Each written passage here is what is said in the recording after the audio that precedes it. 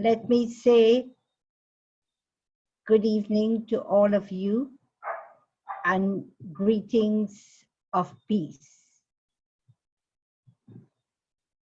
I want to thank you for taking some time off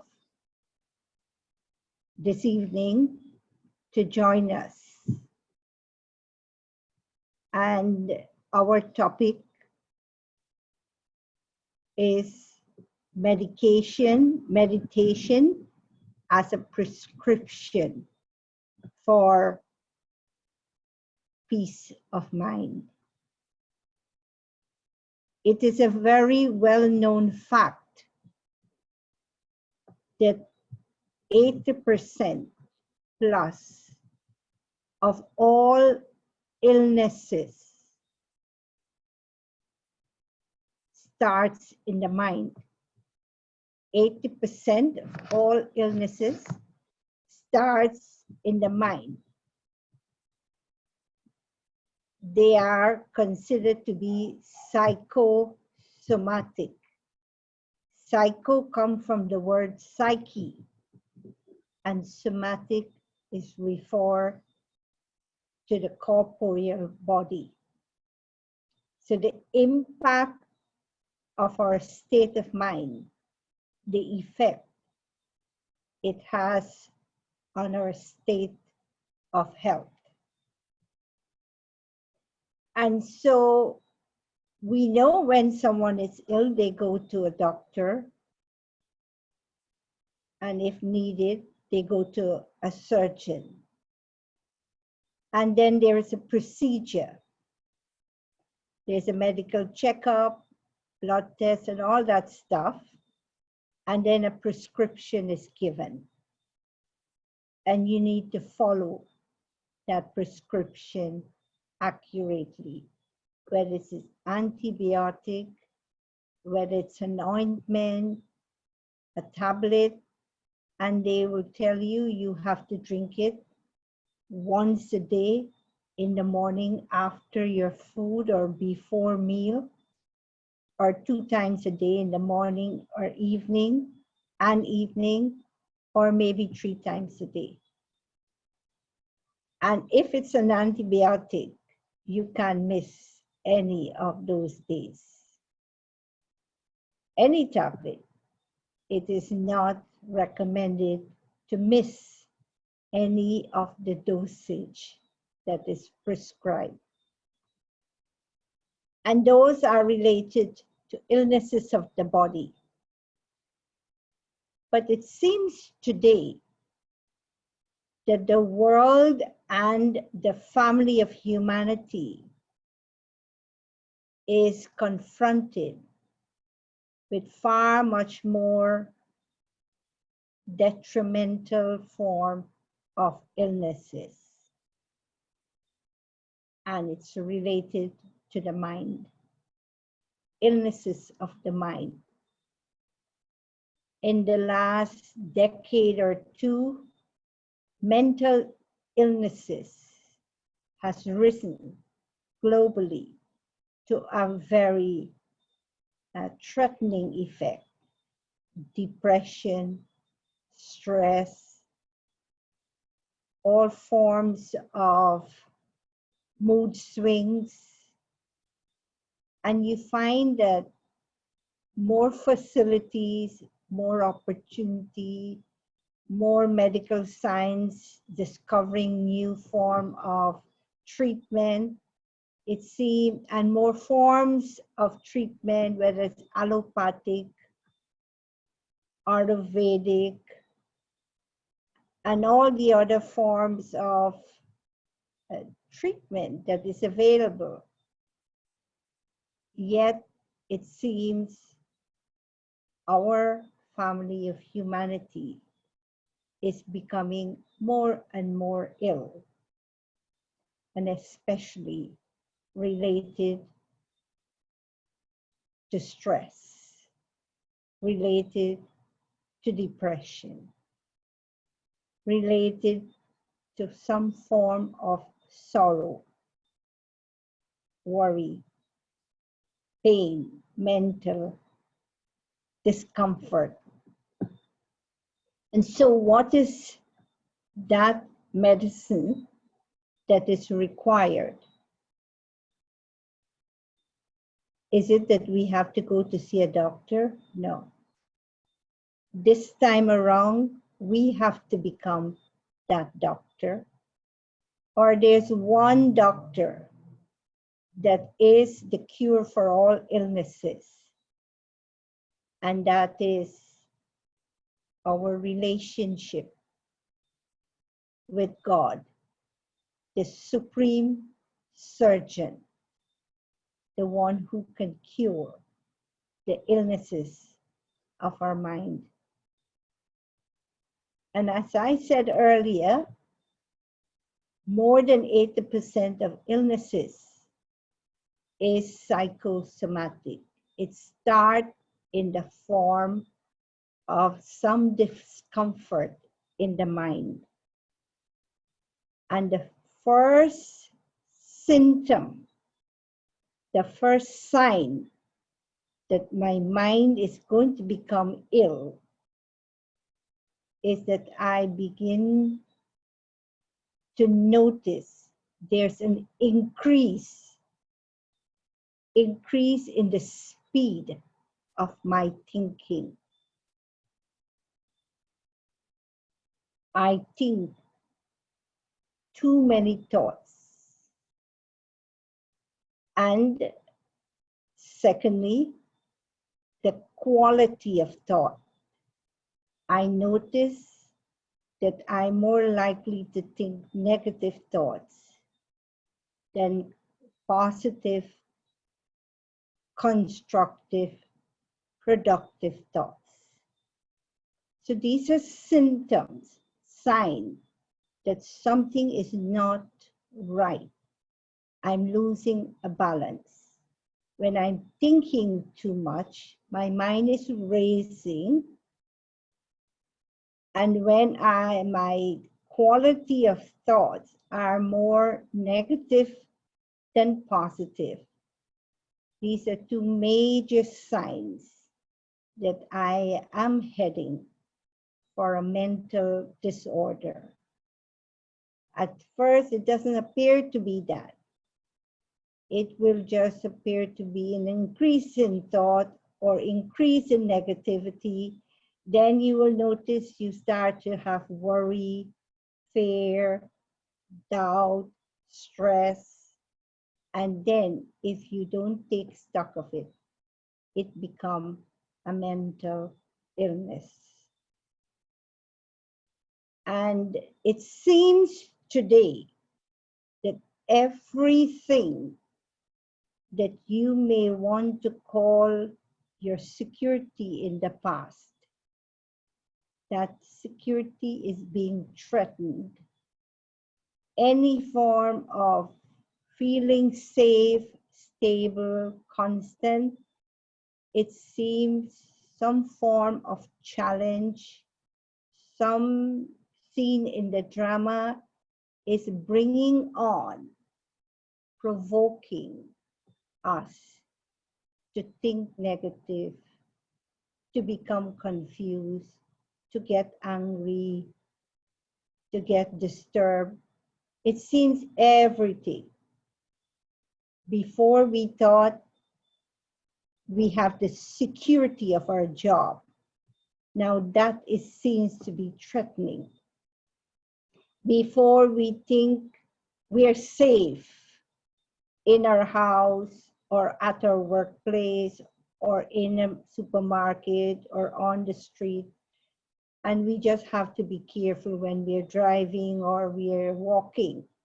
Now it's not just that. We notice that there is no guarantee of our security. So there is no security with our job, financial situation, health of myself, health of my family, the guarantee that I will be with my loved ones or my loved ones will be with me until many, many years to come. Nowadays, nothing seems to be a guarantee. So there is all the reason why worry seems to be understandable and stress seems to be acceptable. But our life was not cut out to be one of worry, stress, fear, doubt. That's not life. Life is a level of calmness, peace, happiness, love, just to mention a few. This is what life is. What is life if I'm not happy? What is the value of life if there's no peace of mind? Before we thought all the physical things, if they are placed, they are in place. That's called life.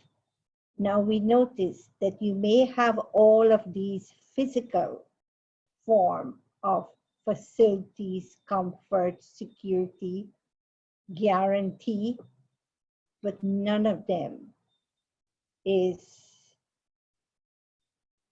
the means of becoming happy, content, and peaceful. So where do we go from here? So we all need to find that aspect of myself that is the root cause of my worry, my fear, my tension, my stress, my mental instability.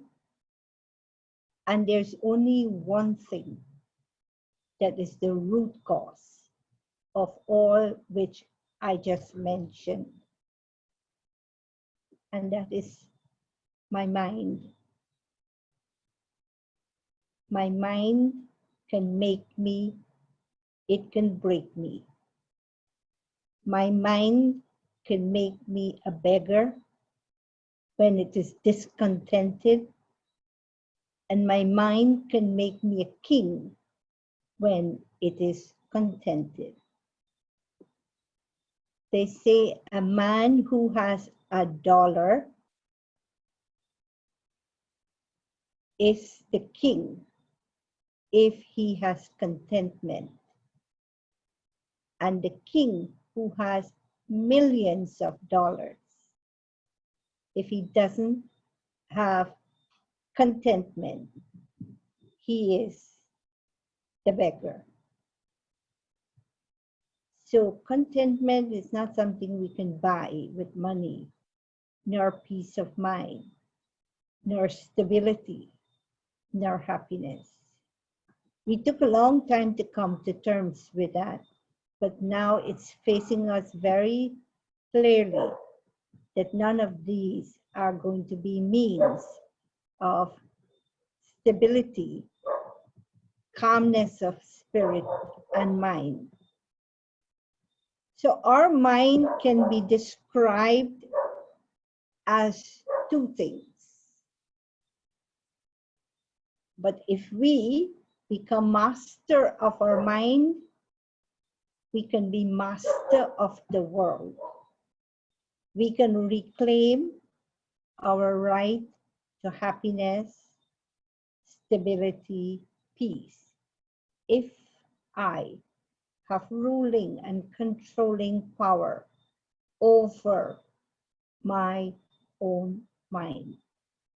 Only that, only ruling and controlling power over my own mind can guarantee peace, stability, love, happiness. But at the moment, if I don't practice meditation, if I've never practiced meditation, then your mind can be described only in two ways. An unruly child or a wild horse. Mind can be two.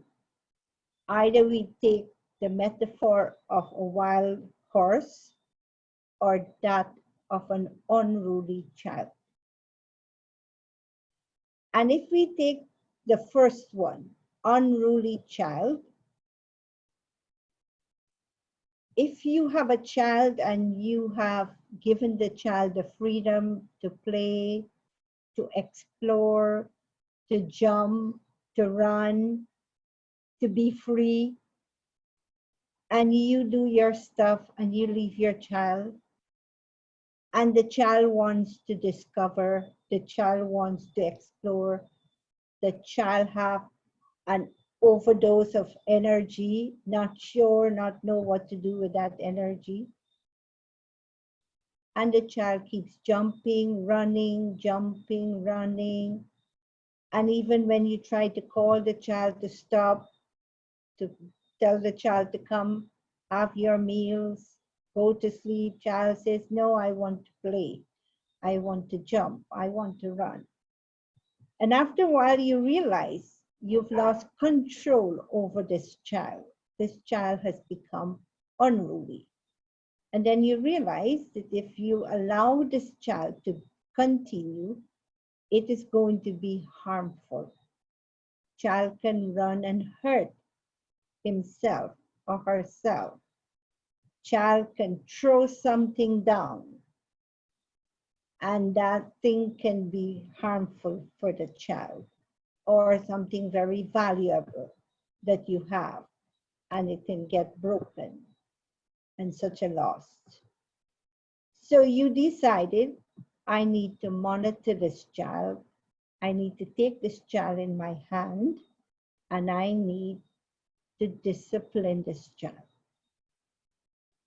So if you say to the child, you come here, you now realize that it is your child, it is your responsibility, and you are the ones who allow that child that freedom. So you called the child and you said, from now on, you sit there and don't move until I tell you to move. Would it be possible? And I know if you get the chance to answer me, you will say no.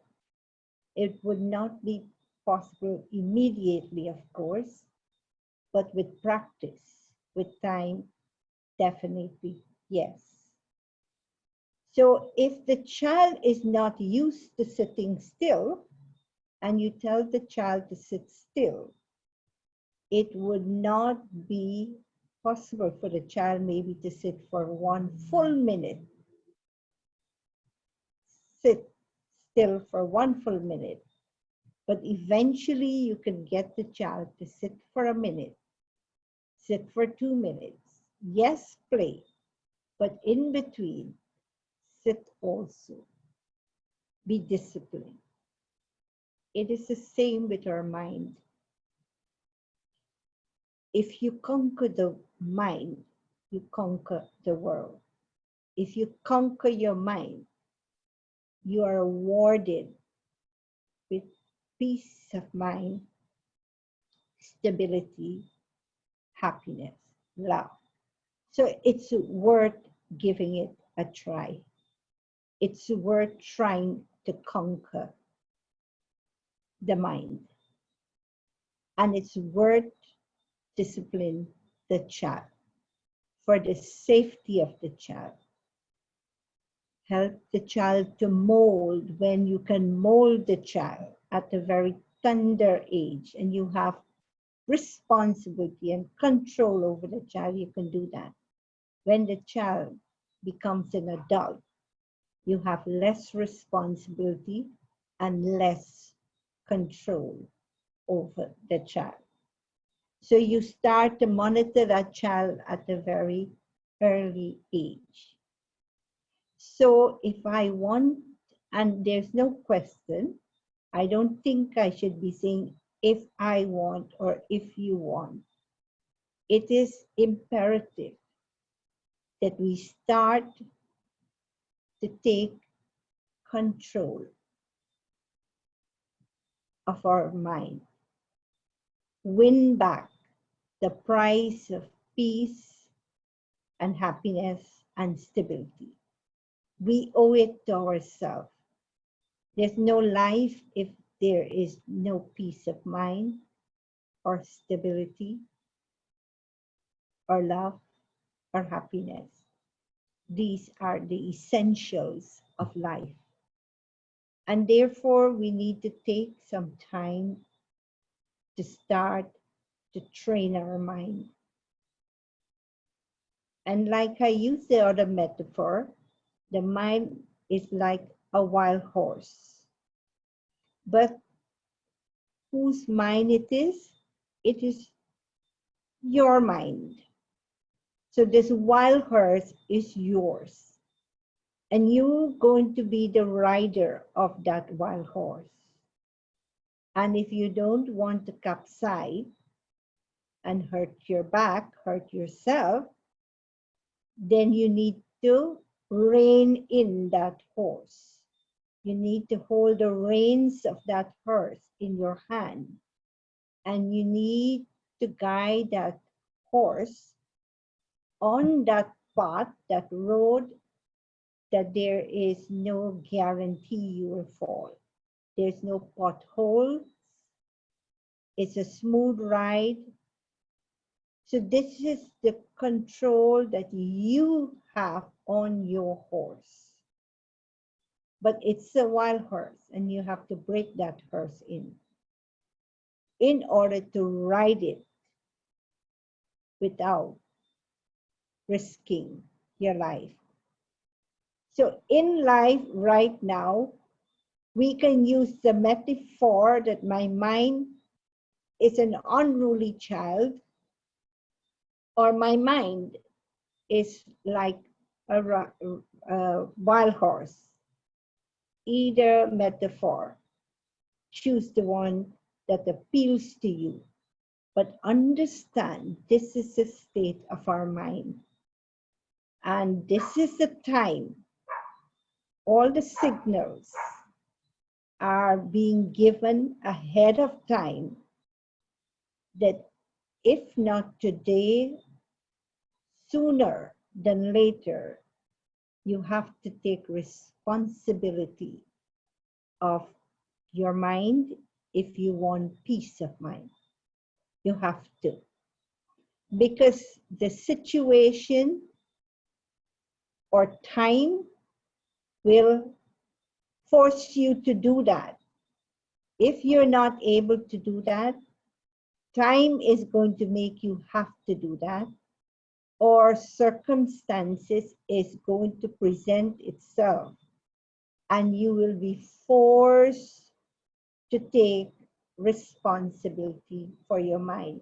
Otherwise, when you are confronted with scenes and you're not able to deal with it, you can get depressed.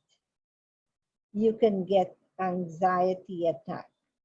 So what do I do?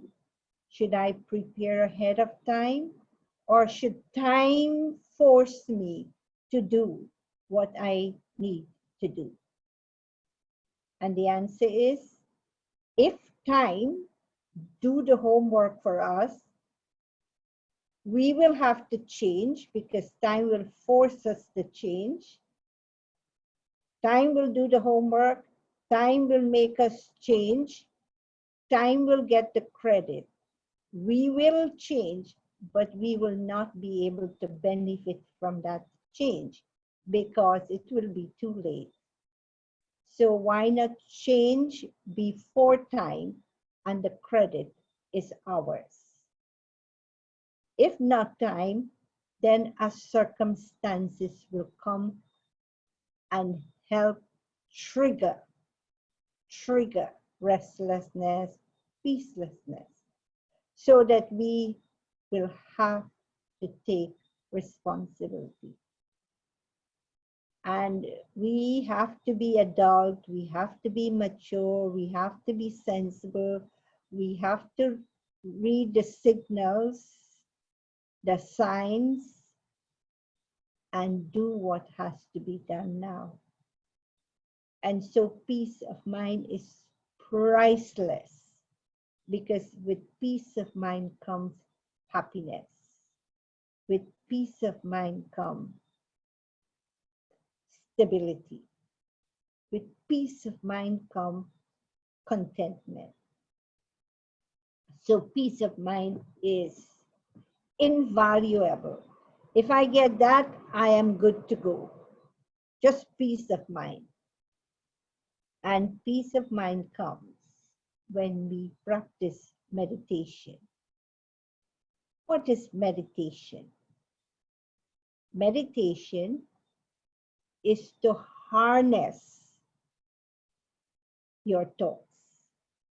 Meditation is to harness, take the reins of that horse. That means all the unnecessary and too many negative thoughts. In meditation, I'm taking control of my thoughts. Because the first thing that meditation does, it encourages you to sit in silence and stillness for a few minutes in the morning and in the evening. And any habit, if you do it for 21 days, non-stop, without breaking, you're good to go. You have the habit. So if you can promise yourself, since peace of mind is priceless, it's the highest goal of a human life. If that peace of mind can be practiced by me donating a few minutes of my time in the morning and evening to sit in solitude and silence. And if I can do it for 21 days without breaking, I'm good to go. I welcome a new habit in my life. And so what do I do when I sit to meditate? I just sit quietly. Maybe if I can play some soft music. Maybe if it's in the evening, I can light a candle, especially a candle with some scent, so that I started to feel relaxed. And if it's in the morning, and if I can do it out in my balcony or in the quietness of my living room, just a bit of soft music, soft light, and sit. And what do you do with your mind when you sit? That's the time when you begin to understand, begin to notice the speed of your mind. So you're beginning to observe your mind. Don't try controlling the mind. Just in the first few days or two, observe what goes on in your mind. How many thoughts per second or per minute do I create? And what are those thoughts in relation to? Something that already happened, which I cannot reverse or change, or somebody else.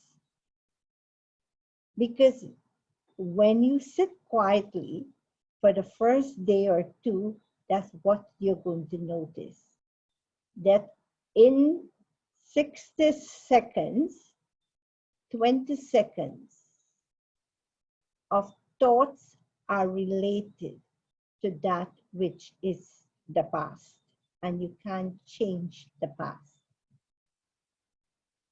And another 20 or 30 seconds goes on thinking about somebody, what they did, what they said.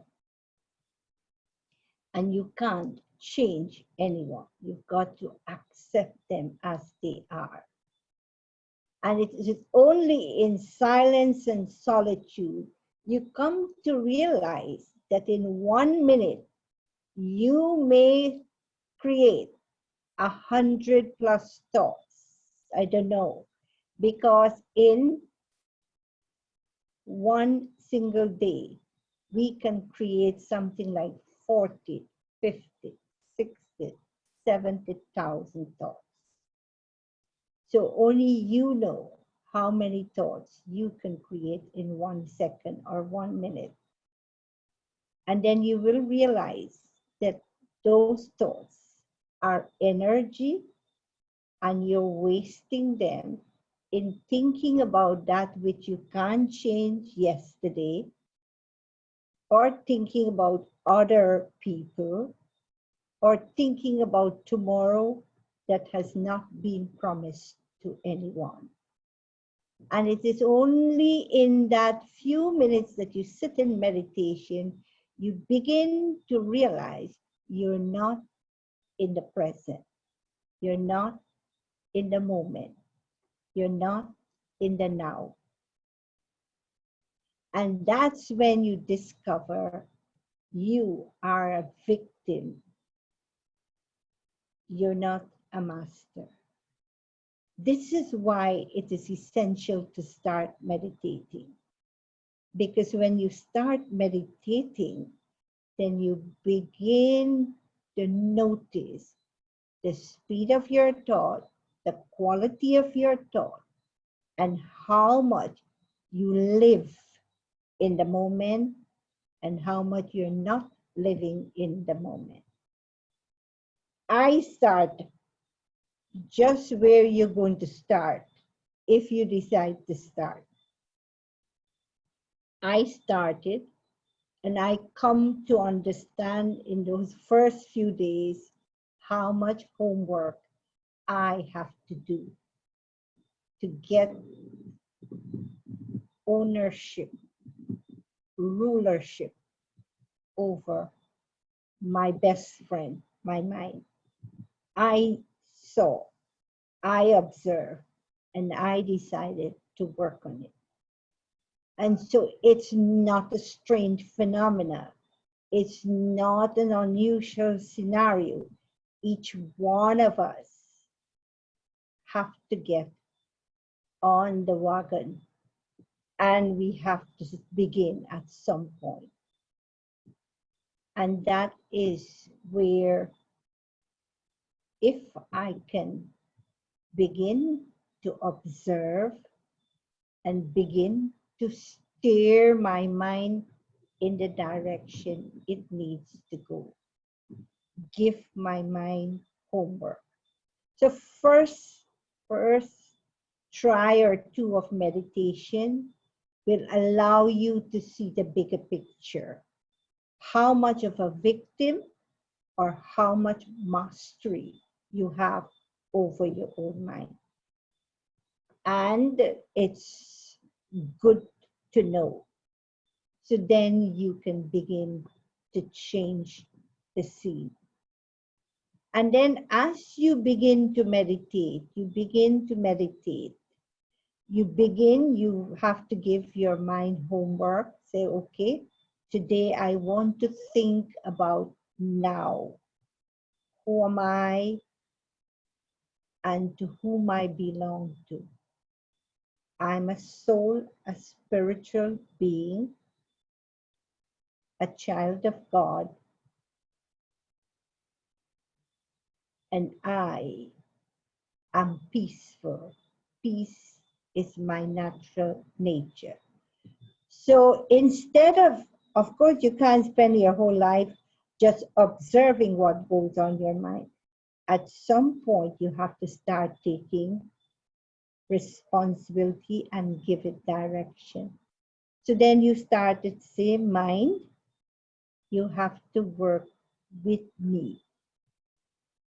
I and you have to work hand in hand. I am your boss. I am your owner, and you have to listen and obey me. You have to tell your mind. You have to take command. You have to be the boss of your mind and give your mind homework. And mind is like a child who needs a lot of love. That if you want to change that child from an unruly child to a disciplined child, you've got to use both love and law. So it is the same with your mind. You have to make friends with your mind. You have to talk to your mind. You have to make deals with your mind. You have to consult, check in with your mind, what it is doing. Like you will check in to see you're not hearing anything, and you know the child is supposed to be nearby and there's no sound, so you want to know, where is that child and what is she or he up to? So you're going to have to check in with your mind every hour and say, wait, now it's 10:30 in the morning. From 9:30 to 10:30, where was my mind? And then you start thinking back. What was I doing in that hour? And where was my mind during what I was doing? Was my mind engaged habitually doing the same thing, thinking the same thing? And if that is the case, I haven't gained any control of the mind. And so when you begin to check in every hour, every 2 hours, to check if my mind is under my control or the mind is doing its own thing. Let's say a meeting is over, and in that meeting somebody said something not so nice, or something happened in the last hour and you don't want to remember it, think about it, talk about it. But 1 hour later, you discover you haven't let go of that scene. You still think about it. It just go on, and it's burning your energy. Then you realize you have no control over your mind. So meditation is that prescription that you need to use, and use regularly, on time, like when you have to take your sugar tablet, or you have to take your pressure tablet, or you have to take whatever is a tablet you are used to taking. You have to take it on time. And so you have to meditate on time. Early in the morning is the idealist time, because you're going to get additional help in the morning in several ways. When you meditate in the morning, you're getting a lot of help. Number one, the atmosphere is fresh. The atmosphere is fresh, is silent, so you don't have to struggle to concentrate, because early in the morning there is least noise. And why? Because majority of people are sleeping. And when they're sleeping, they're not thinking negative, thinking worry, thinking stress, thinking fear. They're just sleeping, unaware. But the moment they wake up, they start sending out negative thoughts in the atmosphere. And when you try to focus with all the negativity in the atmosphere, you got to do extra focus in order to achieve some result. So early in the morning, you get the support of a very purest atmosphere. is in the morning. Secondly, the agenda of your day hasn't begun. You don't have to go in the kitchen, prepare breakfast, get into the car, get the kids ready, get to work. So all of that agenda is ahead of you. And so you are still free. The canvas of your mind is clean. Nothing on the slate of your mind. So this is ideal time to focus, to concentrate. And third, it's called an auspicious period of the day. And it is auspicious because God takes a tour and distributes blessings early in the morning. Early bird catches the worm. Early to bed, early to rise makes a man healthy, wealthy, and wise. So it's important to catch those blessings, those rays of light and love and peace that God is showering over each one of us as He takes a tour in the morning. And all His treasure stores are open and available for us to take as much we want, to fill our apron with all His treasures. Treasures of peace, treasures of power, treasures of compassion, of mercy, of happiness. Whatever treasure God has, those treasures are available for all of us. But the one who come early, they will do wholesale business or retail business. We will do retail business with God, one-to-one. But as the time gets later and everyone start waking up and they start putting in their application, oh God, give me this, give me that, I want this, I want that, do this, do that. Then I have to wait in a queue, or I have to share God's treasures with everyone. What do I want to do? Have a one-to-one conversation with God when He will have enough time with me and I with Him, or distribute Him with everyone else? It's for us to decide. So there are many reasons why meditation in the morning is absolutely essential. And they always tell you, when you wake up on the right side of the bed, everything appears right. And when you wake up on the wrong side, everything appears wrong.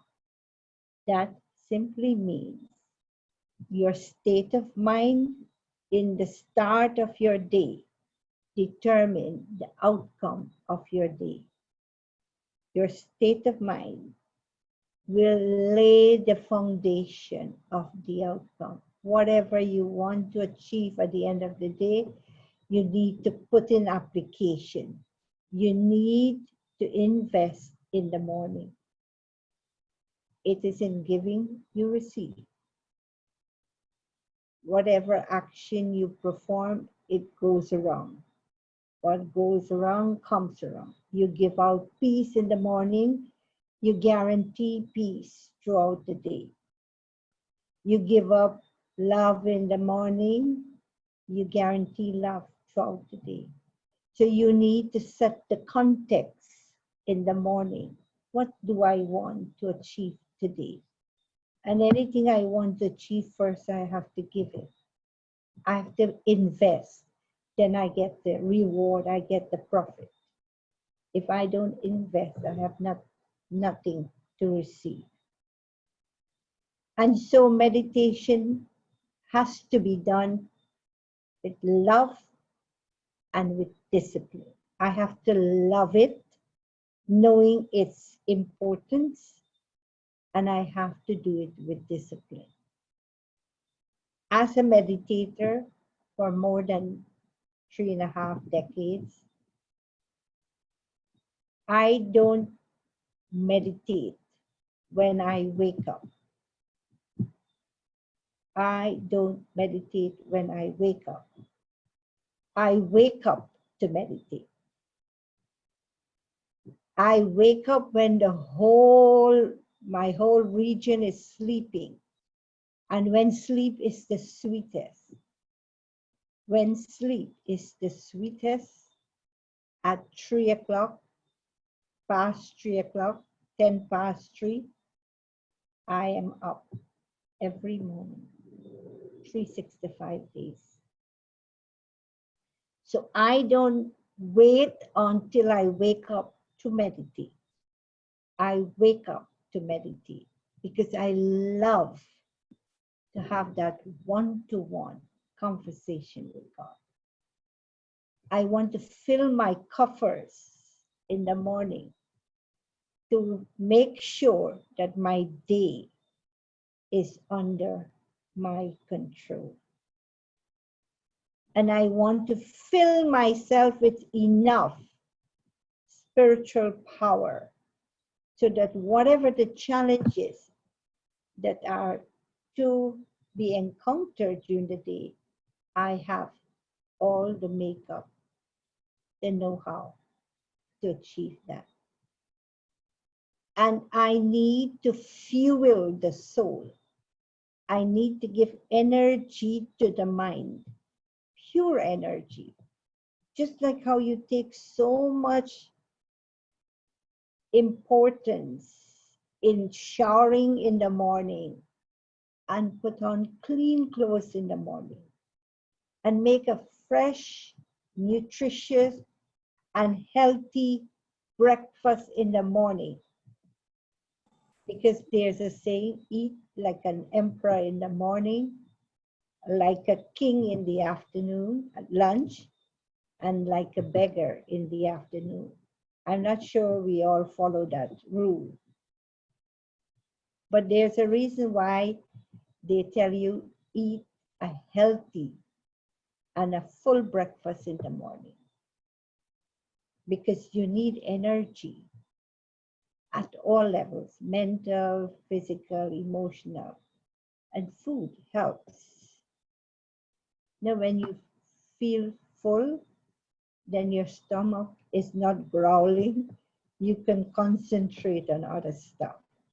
And when you're hungry, you can get angry. So, importance is given taking a shower, changing clothes, put on clean, fresh clothes. And some people like to put on nice, fresh color, bright colors, and all that stuff. That is for appearance. Well, what about my mood? What about my mindset? Do I give any importance? Any importance? So anyone who says to me that I will meditate, I want to meditate, but the morning is so busy. Or I'm not a morning person. You're delaying the inevitable. You're delaying the inevitable. Don't delay that which is a must. We have to meditate only so that we can have controlling and ruling power over my own mind. So to say that I will meditate if I get time, when I get time, I will meditate in and out, in and in between, no discipline. It doesn't work. If you're working and you have a job and you have to clock in at certain hour, you can't dilly-dally. You have to be on time. You have to be disciplined. If the child is hungry and the child needs to be fed, you have to. you have to also take care of your own body. Otherwise, it pulls your mind. So when hunger is there, tiredness is there, you have to go to sleep at a certain hour. You have to eat at a certain hour. You have to rest at a certain hour. So meditation is crucial, absolutely crucial, if you want to be able to take back peace of mind. Peace of mind is our inheritance, our eternal inheritance. It is our birthright because we belong to one who is the ocean of peace. God is like an ocean, unlimited, infinite, and that much peace God has. And as his child, I am made in his image and likeness. So peace I already have. All God's qualities I have. The only difference between God and me is that he is unlimited and my peace is somewhat limited. He is constant and mine is not constant. And his peace belongs to everyone. He shares peace. He's a bestower of peace, a giver of peace. But all I ask for, I want peace. And you can't want anything if you're not ready to give it. It is in giving we receive. So first of all, I must understand that there is already within me, the soul, peace. There is peace. I have come with peace because it is one of God's quality. And I am in his likeness and image. I have peace. Why am I not able to access peace? Because when I come here, it is a seed of peace. And I need to grow it. I need to grow that peace. So I need to make a special effort to speak peaceful words, to interact peacefully, to support an atmosphere, help to create that ambience, whether at home or work. I need to contribute to being peaceful. I have to do it tangibly, practically. Not say, I want peace, I want peace, I want peace. I want love, I want love, I want love. First, I have to grow that seed of love. So every day, I have to dedicate. In the morning, I connect with the ocean of love, ocean of peace, God. Connect with the ocean of peace. And when I sit quietly, I can start making that connection.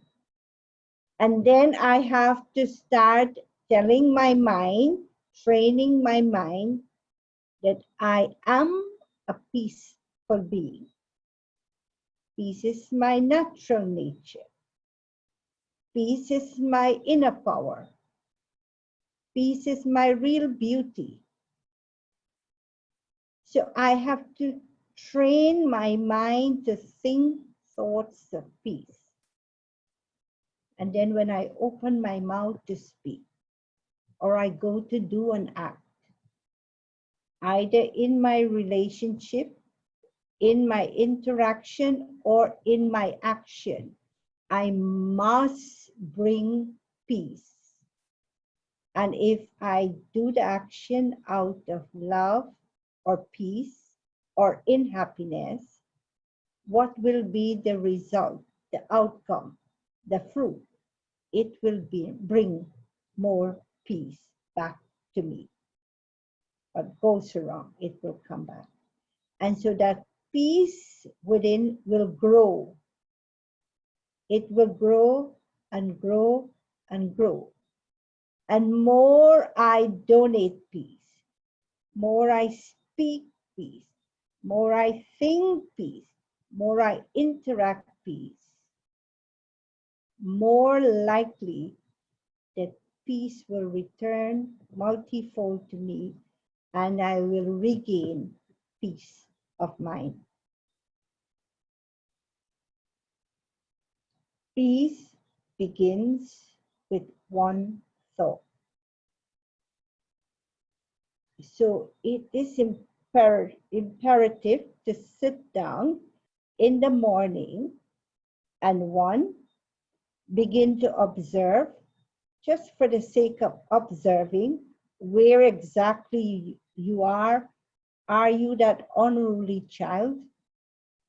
Are you like the wild horse? And so where do I begin? No, like a wild horse.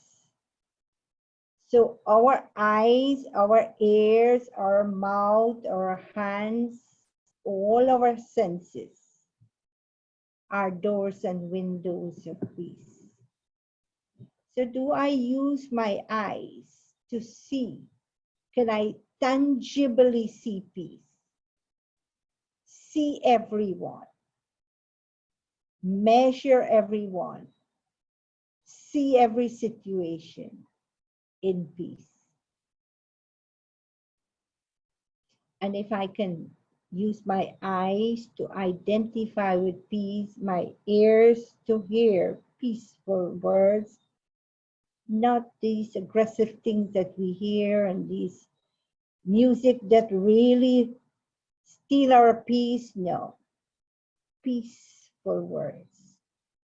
Eyes to identify peace, lips to use words that promote peace, action that will bring about a peaceful world. So if I engage all my five senses, it's like taking the five reins of the horse, the reins of the horse of my mind, and take it back in my control. As I begin to speak peaceful, act peaceful, hear peace, see peace, think peace, I am taking the five reins of my mind in my hand, and I'm gaining ruling and controlling power. And this is how the peace will grow. It will increase. It will bounce back to me, and I will regain the greatest achievement of any human being on this earth, and that is to achieve peace of mind. It's in our hand. Let's start meditating as soon as we can. Don't postpone the inevitable. Don't let time get the credit and you're forced to do it. Don't let a circumstance push you to do it out of compulsion or force. Do it with love. Do it with discipline. Do it because you know its value. We have meditation every evening. By the way, if you would like to join us, it is at 7 to 7:30. We start before, but you are welcome to join us between 7 and 7:30. Meditation. And the ID is the same ID that you are using to get in today. And the password is happiness. All lower common letters. The password is happiness and the ID is the same that you use today. If you would like to join us any evening, it doesn't have to be every evening, but any evening, you're welcome to join us between 7 and 7:30. And even if you have to give 20 minutes, it's okay to give 20 minutes. Start at some point. And we also do meditation course, Learn to Meditate, which is easily available. Just that you have to call me up and we can arrange. But all our programs are on Zoom. We are not doing any in-house or physical meeting until the virus in the atmosphere are more in control. So I want to say thank you for joining us this evening, all of you. It was nice to have you once again. I appreciate your coming and spending time.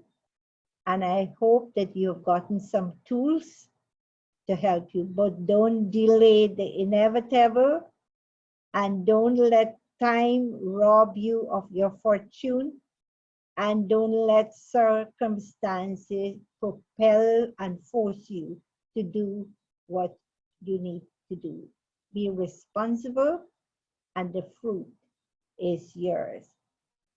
Have a good evening and Om Shanti. We also have meditation, guided meditation music and guided meditation commentaries available. Just in the event you would like to know more about that, you let us know. I hope the invitation has my number. If not, it is 524-2554. So you can use the meditation music or commentary to start your meditation at home. All right. Have a good evening. Om Shanti.